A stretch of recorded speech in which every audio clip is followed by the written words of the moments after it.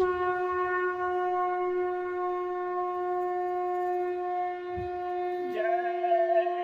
गुरुदेव। जय गुरुदेव।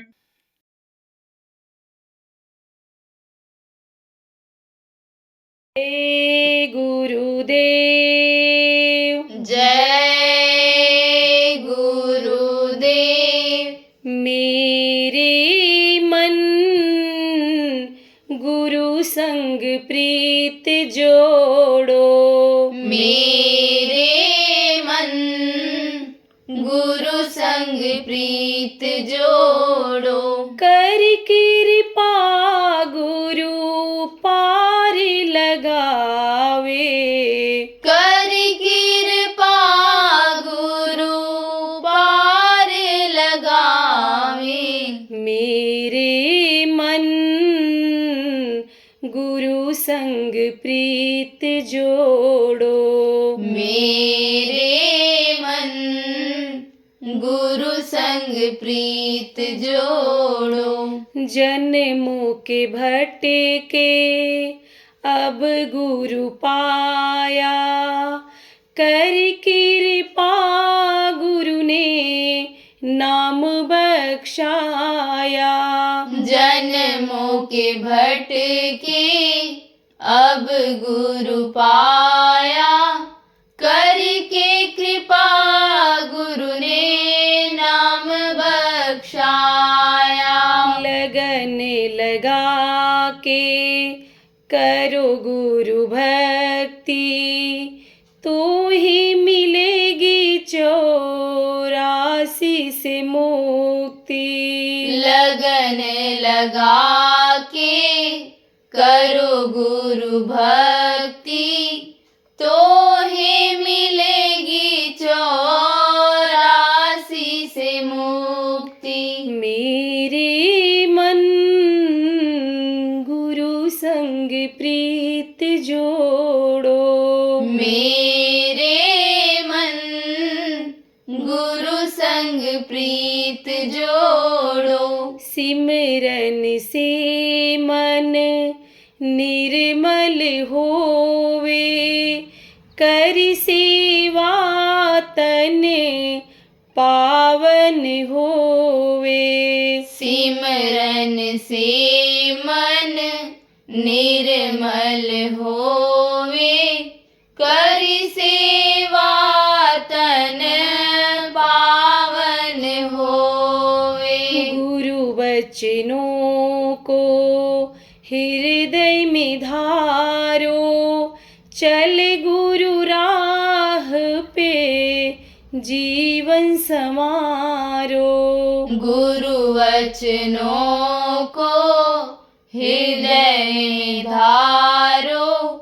चल गुरु राह पे जीवन सवारो। मेरे मन गुरु संग प्रीत जोड़ो। मेरे मन गुरु संग प्रीत जोड़ो। चरण गुरु के शीश झुकाओ। काम करो ऐसा गुरु को रिझाओ। चरण गुरु के शीश झुकाओ। काम करो ऐसा गुरु को रिझाओ। खुद को मिटाओ और करो खुद को अर्पण। सफल करेंगे गुरु तेरा ही जीवन। खुद को मिटाओ और करो खुद को अर्पण। सफल करेंगे गुरु तेरा ही जीवन। मेरे मन गुरु संग प्रीत जोड़ो। मेरे मन गुरु संग प्रीत जोड़ो। खोए रहे हम तेरे नयनों में, जोड़े रखना हमें अपने चरणों में। खोए रहे हम तेरे नयनों में, जोड़े रखना हमें अपने चरणों में। जब दीदार स्वामी तेरा पाऊं, डूबे रहे हम तेरी यादों में। जब दीदार स्वामी तेरा पाऊं, डूबे रहे हम तेरी यादों में। मेरे मन गुरु संग प्रीत जोड़ो, मेरे मन गुरु संग प्रीत जोड़ो। जय गुरुदेव। जय गुरुदेव।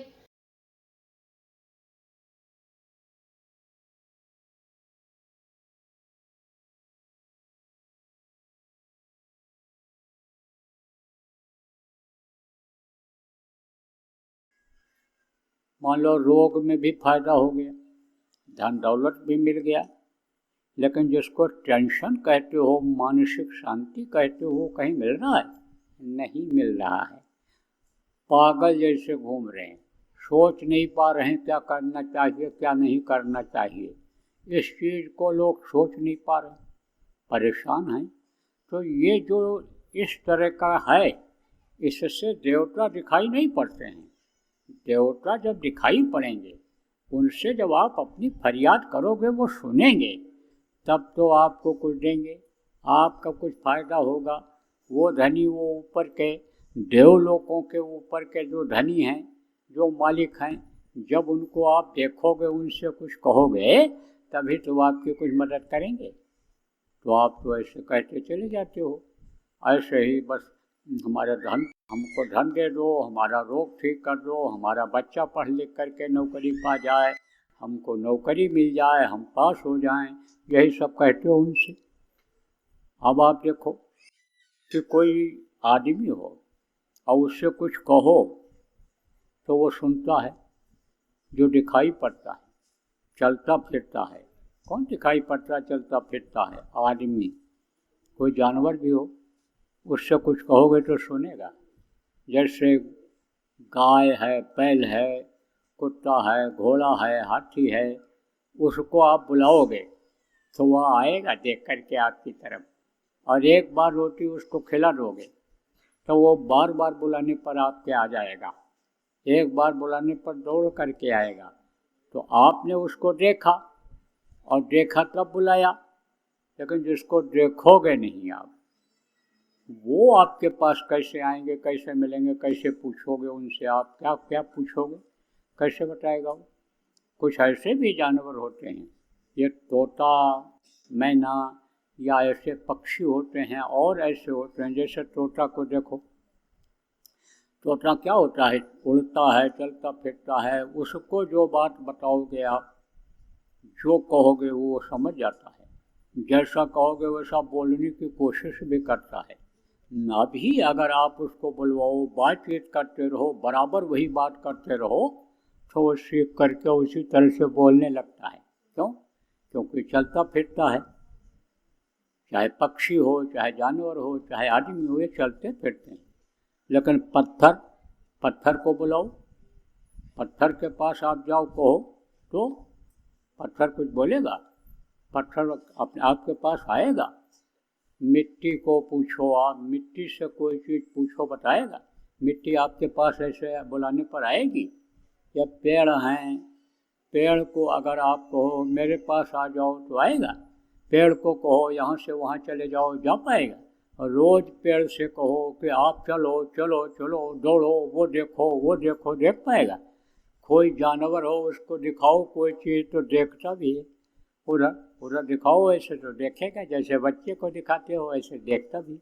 ये क्या देखेंगे? तो देखो प्रेमियों, जड़ से कोई चीज़ मिलने वाली नहीं है। मिलेगा तो चेतन से मिलेगा, और चेतन को ही वो प्रभु मिलेगा। चेतन किसको कहते हैं?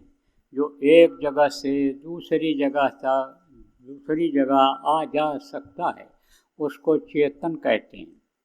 जैसा मनुष्य चेतन है, मनुष्य एक जगह से दूसरी जगह आ जा सकता है। ये देखो आपके ये गाय, बैल, भैंस, ऊंट, बकरी, घोड़ा, गधा, ये सब चेतन है। ये एक जगह से दूसरी जगह आ जा सकते हैं।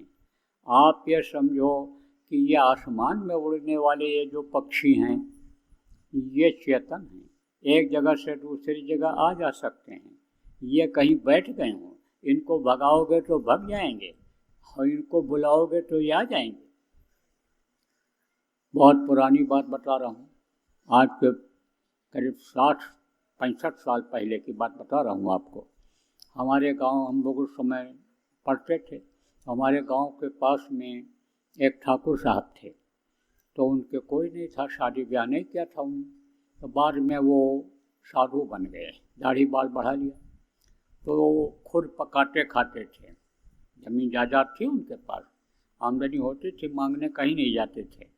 तो वो समझो कि पकाते खाते थे। तो वो क्या पाल रखे थे? बिल्ली। क्या पाल रखा था? कौवा, तोता, इस तरह के पक्षियों को वो भोजन करने के बाद बुलाते थे, और भोजन करने से पहले उनका हिस्सा अलग रख देते थे, और उनके लिए बढ़िया भैंस वगैरह रहती थी, घी होता था और वो होता था, सब मिला के बढ़िया बनाते थे। और उसके बाद दरवाजे के बाहर जैसे निकलें तैसे आवाज़ लगाएं, चलो रे चलो चलो चलो। बस वो जो बिल्लियाँ रहती थीं वो आ जाती थीं, वो कौवा आकर के बैठ जाते थे, वो तोता आकर के बैठ जाते थे, वो आकर के और खा के चले जाएं, ऐसे बैठ जाएं और ऐसे खिला दें उनको, और बिल्लियों को भी अलग खिला दें, और कोई किसी को छेड़े भी नहीं। तो वो चेतन थे। तो चेतन जो होते हैं वो आवाज़ को समझ जाते हैं और बुलाने पर आ जाते हैं।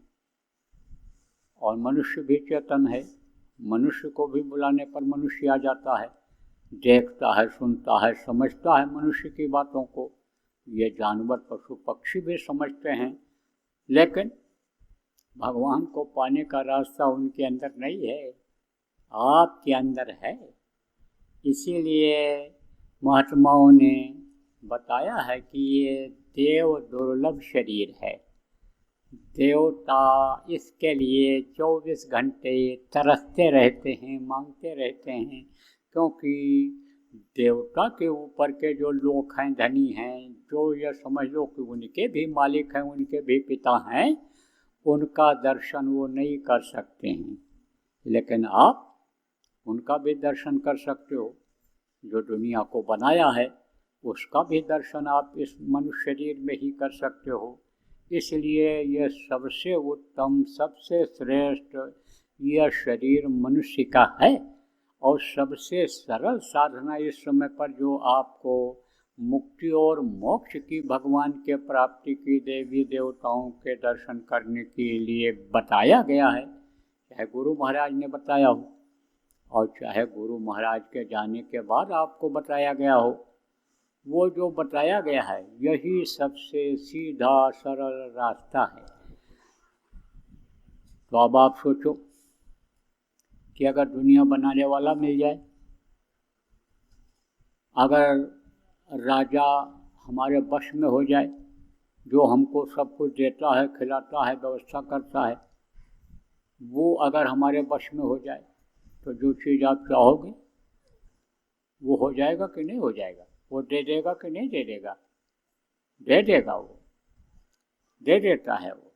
लेकिन जबरदस्ती कैसे देगा? वो जबरदस्ती कहो दे दो, नहीं देगा।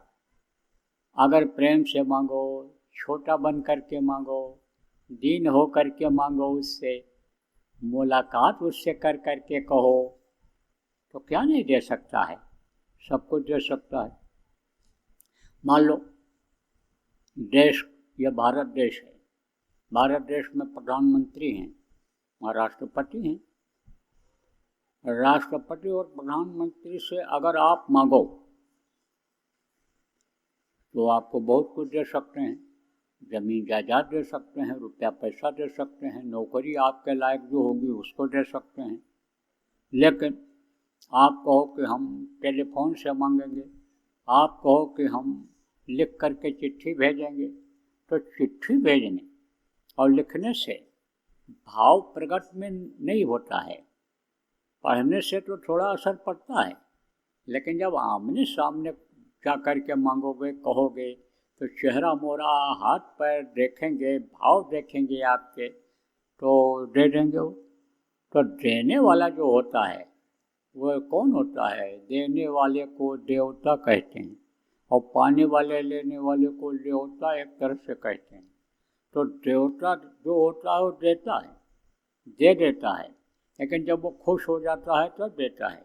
अब आपको लोगों ने बताया होगा या बताएंगे अभी, जब नवरात्र आएगी, तो नवरात्र जब आएगी तब आपको लोग बताएंगे कि देवता को इस तरह से हवन करके खुश करो, इस तरह से फूल पत्ती चढ़ाओ, इस तरह से अक्षत जल चढ़ाओ, तो देवता खुश हो जाएंगे। अब जिससे पूछोगे या जिसको जो जानकारी होगी वही तो वो बताएगा। अब आप ये समझो कि ऐसे देवता नहीं खुश होते। देवता अंदर में जब मिलते हैं तब खुश होते हैं। और ये जो रास्ता आपको बताया गया अंदर में मिलने का है, वो तो समझ लो कि जैसे टेलीफोन से आपको बात करने की बात बताई गई, जैसे दरख्वास्त देने की बात बताई गई, ऐसे ही ज़बानी आप देवताओं को दरख्वास्त देते हो तो उसकी सुनवाई नहीं होती है। और अगर आप प्रधानमंत्री राष्ट्रपति से जैसे बताया मिल लोगे, अंदर में देवताओं को देखोगे, मिलोगे और उनसे मांगोगे तो दे देंगे। प्रभु का दर्शन करोगे तो प्रभु आपको दे देगा, तो सब कुछ दे देगा। तो एक काम यही क्यों न करो, एक काम इसको कर लो। सीधी साधी बात आपको गांव के लोगों को बता रहा हूँ। देखो, एक काम यही अगर कर ले जाओ तो आपका अभी सब काम बन जाए, दुख दूर हो जाए, संकट दूर हो जाए।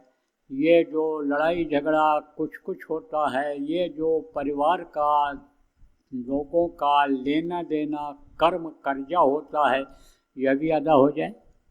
और जिस चीज़ की ज़रूरत आपको आगे है या अभी मिल ज़रूरत पड़ने वाली है, वो चीज़ भी आपके लिए हाजिर हो जाए, मुहैया हो जाए। तो एक काम यही क्यों न कर लो। अब आप सीधी साधी बात करो, सीधी साधी बात सुनो।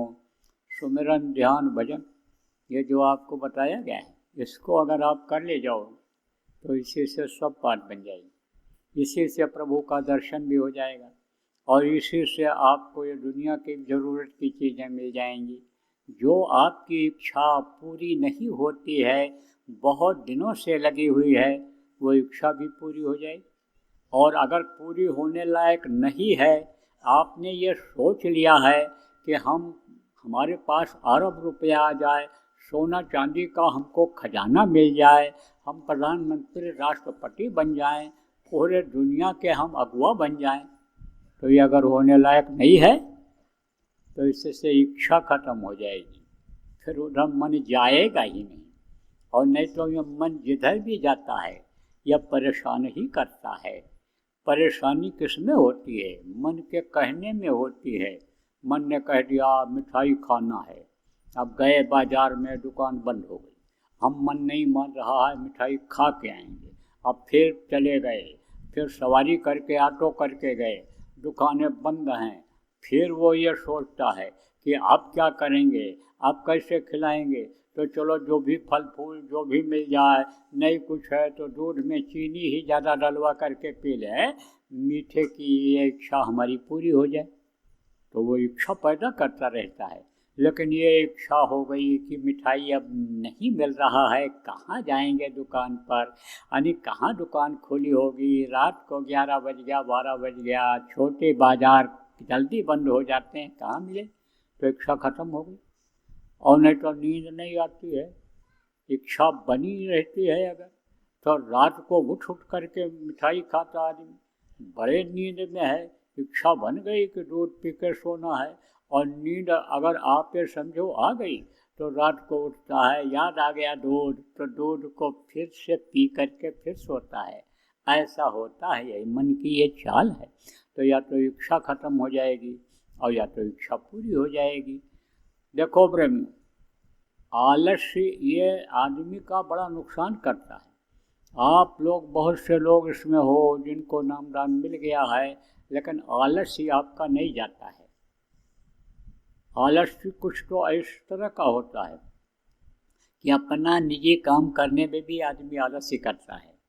4 बार बुलाना पड़ता है, चलो चलो खा लो खा लो, भोजन ठंडा हो जाएगा, तब जाते हैं। जैसे बैठे हैं, नहाना है, नहाना जरूरी भी है सफाई के लिए, अरे नहा लेंगे, टट्टी पेशाब यानी लैट्रिन पेशाब, संडास जिसको कहते हो, रोक के बैठे रहते हैं। अब मान लो कोई मेहमान आ गया, कहीं समय हो गया तो भग करके जल्दी जाते हैं, गिर गए, हाथ पैर टूट गया, इसकी फिक्र नहीं। कुछ तो ऐसे लोग होते हैं और कुछ ऐसे होते हैं कि जो अच्छे काम में उनका मन नहीं कहता है। जैसे भजन में बहुत से लोगों का मन नहीं कहता है, तो उसका कारण क्या है? कारण यही है कि वो जो कर्म आ जाते हैं, कौन से कर्म आ जाते हैं? खाने पीने की वजह से कर्म आ जाते हैं, साथ के असर से जो बुरे कर्म बन जाते हैं, साथ का असर आ जाता है, उसकी वजह से मन नहीं कहता है। तो उसके लिए थोड़ा सजग रहना चाहिए, होशियार रहना चाहिए। देखो प्रेम, जो चीज़ बताई जाए उसको याद रखना चाहिए। जैसे आप लोग ज़्यादातर आदिवासी हो, आदिवासी क्षेत्र है ये, तो कुछ लोगों के यहाँ ये परंपरा है। क्या परंपरा है? परंपरा किसको कहते हैं कि जो हमारे पिताजी करते रहे, दादाजी करते रहे, खानदान वाले करते रहे, वही काम हमको भी करना है। तो किसी ने कह दिया होगा कि ये देवता तो तब खुश होंगे जब बकरा चढ़ाओगे, मुर्गा का सिर काट करके इनको चढ़ाओगे, तब ये खुश होंगे। किसी ने उस समय कह दिया होगा कि ये नवरात्र आ रही है, इसमें देवता खुश होते हैं, सब कुछ देते हैं, तो इनकी जो मूर्तियाँ बनी हुई हैं, इनके नाम पर जो पत्थर रखा हुआ है, इनके नाम पर जो ये पेड़ लगा हुआ है, यहाँ पर जब तुम मुर्गा काटोगे, बकरा काटोगे, भैंसा काटोगे, चढ़ाओगे मूर्ति के सामने, तब तुम्हारी तकलीफ दूर होगी, तब देवता खुश होंगे। तो तुम समझो ये सोचने लग जाओ कि हमारे दादा चढ़ाते थे, पिताजी चढ़ाते थे, तो हम कैसे न चढ़ाएं? तो जब जीव की हत्या करोगे तो पाप लगेगा कि नहीं लगेगा? और अगर उनका कहीं मांस खा लिया, क्योंकि मिलेंगे ऐसे लोग, कहेंगे भाई प्रसाद अगर नहीं खाओगे या मांस नहीं खाओगे तो फिर तुम को ये जो देवता हैं जिनका प्रसाद ये बांटा जा रहा है, दुख देंगे, तकलीफ देंगे। तो मांस अगर खा लिया तो नामदान लेते हुए भी, समर्थ गुरु पाते हुए भी आपका मन लगेगा भजन में? आपका मन फिर भजन में नहीं लग सकता है। और पाप वो अलग से लगेगा। कौन सा पाप लगेगा? वो जो मुर्गा कटा, जो बकरा कटा, जिसमें से आपने मांस खाया, तो जितना खाया उतना पाप वो भी लगा। जितने भी लोग उसको खाते हैं, पाप जरूर बढ़ता है उसमें से, लेकिन पाप सबको लगता है, तो उससे मन नहीं कहेगा भजन करने को। और मांसाहारी के यहाँ खा भी आए, मांस नहीं भी खाए, मांस पकने वाले बर्तन में खा लिया, उनका साफ कर दिया, तो उसका असर आ जाता है। अन्न का भी असर आता है, अन्न का भी असर आ जाता है। देखो, कोई चोरी करके लाया हो, कोई मार काट करके लाया हो, आप ये समझो उसका अन्न खाओगे तो उसका भी असर आ जाता है। का वैश्या, धीमर और शिकारी, नृप, विषयी और मांसाहारी, इन घर भोजन करे जो संता, साधन भजन का हो जाए अंता। फिर साधन भजन नहीं बन सकता है, इसलिए बचना चाहिए। मांसाहारी से बचना चाहिए, धीमर शिकारी जिनको कहते हैं उनके धन से, उनके यहाँ खाने पीने से बचना चाहिए। ये जितनी भी चीज़ें महात्माओं ने बताई हैं, इनका परहेज करना चाहिए, परहेज इससे रखना चाहिए, तब ये मन भजन में लगेगा। दूसरी बात यह है कि आदत डालनी होती है। आदत नहीं जिनकी होती है उनका मन नहीं कहता है। अब सत्संग सुनने के बाद तो ये देखा जाता है कि लोग मन बनाते हैं कि भाई भजन ध्यान के बगैर मुक्ति मोक्ष नहीं मिल सकता है। भजन ध्यान किए हुए बगैर, नाम का जाप किए हुए बगैर, यानी हमारी ये तकलीफ़ें जो लगी रहती हैं एक के बाद दूसरी, ये तकलीफ़ दूर नहीं हो सकती है। इसको सुनते हैं, संकल्प बनाते हैं, लेकिन कर नहीं पाते हैं। आप लोग भी नहीं कर पाते हो। कारण क्या है कि यानी आदत नहीं डालते हो। सोचते तो हो लेकिन करते नहीं हो।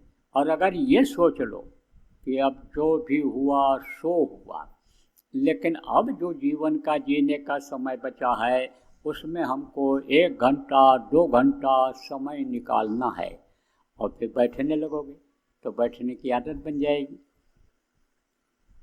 मैं देखा सुबह उठ करके, मैं जल्दी उठता हूँ, तो देखा तो यहाँ कुछ लोग बैठे थे, ध्यान भजन में बैठे, और वो घर पर भी करते हैं। उनकी आदत बन गई है, मन ही नहीं मानता।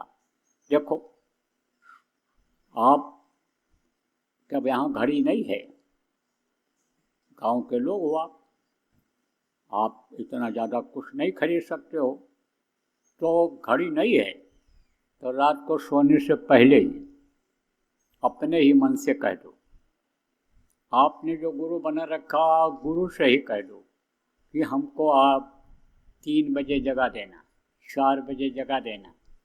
तो कितना भी अगर आप थके हुए होंगे तो ठीक उसी समय पर आँख खुल जाएगी। अब अगर उठ गए तब तो फिर आप उठ जाओगे और कहोगे, यानी समझो कि हाँ ठीक है उठते हैं, तो फिर सो जाओगे। तुरंत यानी उठ जाओ और बैठ जाओ, तो ठीक उसी समय पर रोज आँख खुल जाएगी और वही चीज़ आदत में आ जाएगी। और जब आदत में आ जाएगी तब आप बैठने लगोगे। फिर कोई कितना भी कहे, कितना भी ज़रूरी काम हो, लेकिन कहोगे भाई अब इतनी देर नहीं, थोड़ी देर के लिए हमको मौका दो, हमारा दैनिक क्रिया करना है, हमको कुछ पूजा पाठ साधना करनी है, तब आप समय निकाल लिया करो। कोई मेहमान भी आ जाए, ज़रूरी काम भी हो, तो भी मन लगा रहेगा। कहाँ लगा रहेगा कि सुमिरन नहीं कर पाए, ध्यान नहीं कर पाए, सुमिरन ध्यान भजन का समय निकल जाएगा, और समय जब निकल जाएगा दोबारा फिर नहीं आएगा। फिर आप समझो समय से काम करने लग जाओगे। तो देखो बच्चों और बच्चियों, समय से काम करने की आदत डालो, टाइम टेबल बनाओ और टाइम टेबल से सब काम करो।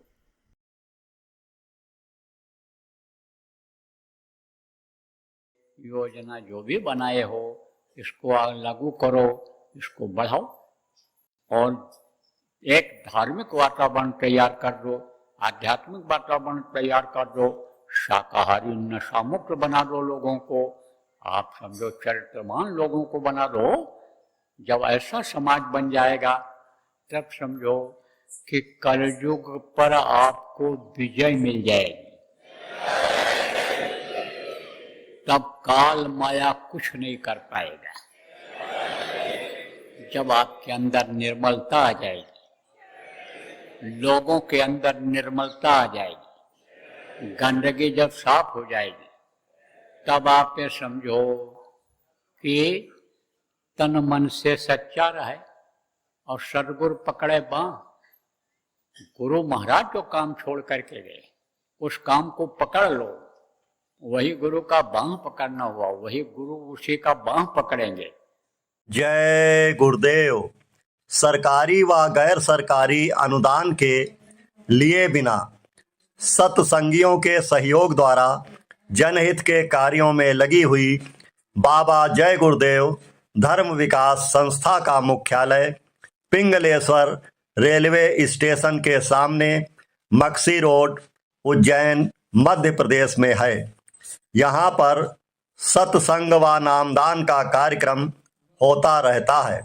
अतः आप श्रोताओं से अनुरोध है कि बाबा उमाकांत जी महाराज के आश्रम उज्जैन एक बार परिवार सहित जरूर पधारिएगा। आपके सुझाव के लिए व्हाट्सएप नंबर 9575600700।